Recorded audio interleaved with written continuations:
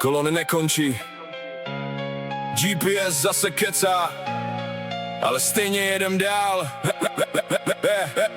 6 ráno Praha stojí jak zakletej sen, blinkry svítěj všude, nikdo neví ven. Kafe v držáku a nervy v plným varu, přede mnou další 100 aut v levém pruhu. Dispečer volá, kde jsi? Brácho v pekle, D1 zase rozkopaná, snad poslední v týdnu.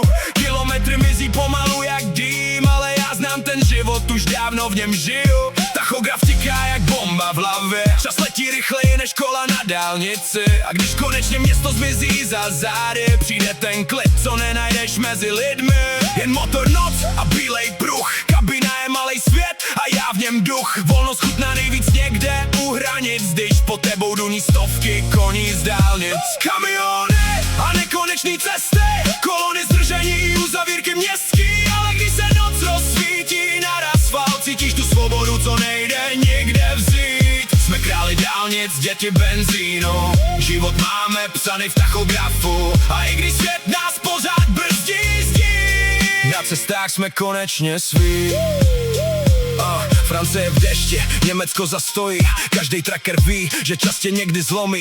Park, plac plnej, není kde dnes spát, tak další hodinu hledáš flek kam dát trak. Někdy je to válka s časem má hlavou, někdy jen ticho pod hvězdnou oblohou. A právě kvůli tomu neumíme přestat, silnice tě jednou chytí a už nechce pustit zpátky. Viděl jsem Alpy mizet v ranní mlze, moře z kabiny, bouřky v černý tmě. Každý kilometr nechá něco v nás, ale svoboda na cestě vrací dech zás. Když všichni spí, my pořád jedem přes noc, přes déšť, přes vlastní stíny.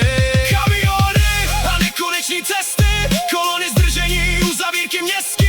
Ale když se noc rozsvítí nad asfalt, cítíš tu svobodu, co nejde nikde vzít. Jsme králi dálnic, děti benzínu, život máme psaný v tachografu. A i když svět nás pořád brzdí, na cestách jsme konečně svý.